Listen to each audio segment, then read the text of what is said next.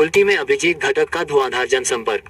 कुल्टी विधानसभा क्षेत्र से तृणमूल कांग्रेस के उम्मीदवार अभिजीत घटक ने आज अपने चुनावी अभियान को और तेज करते हुए व्यापक जनसंपर्क अभियान चलाया।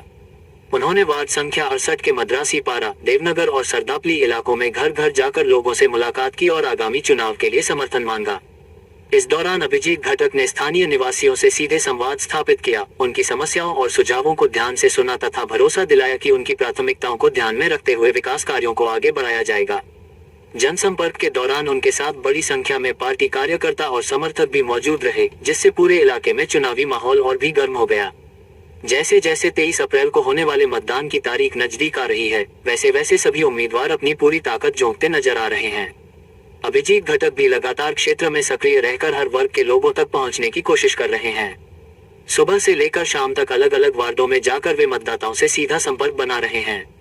स्थानीय स्तर पर उनके इस धुआंधार प्रचार अभियान का असर भी देखने को मिल रहा है, जहां कई जगहों पर लोगों ने उनका स्वागत किया और अपनी समस्याओं के समाधान की उम्मीद जताई।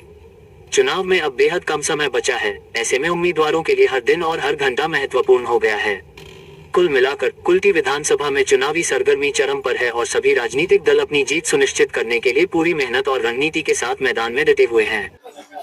খুব ভালো রেসপন্স পাচ্ছি, মানুষের সহযোগিতা পাচ্ছি, তাদের স্বতঃস্ফূর্ত সাড়া পাচ্ছি, খুব ভালো রেসপন্স। দাদা, এখানে যদি বলা যায় এখন অব্দি দিদি দুবার চলে এসেছেন পশ্চিম বর্ধমানে, আবার দিদি 12 তারিখে আসেন, কতটা প্রভাব এলাকাতে পড়েছে? মমতা ব্যানার্জি যেখানেই যাবেন সেখানে তো নিশ্চয়ই প্রভাব পড়বে, অনেক প্রভাব পড়ছে এবং মানুষ তৃণমূল কংগ্রেসের সাথে আছে, তৃণমূল কংগ্রেসকে ভোট দেওয়ার জন্য তারা অপেক্ষা করছে।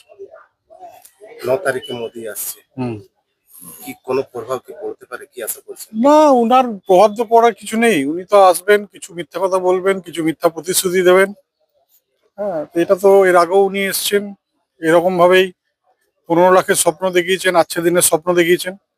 এখন মানুষ বুঝে গেছে যে যদি পশ্চিমবঙ্গে কেউ উন্নয়ন করতে পারে তো সেটা মমতা ব্যানার্জি।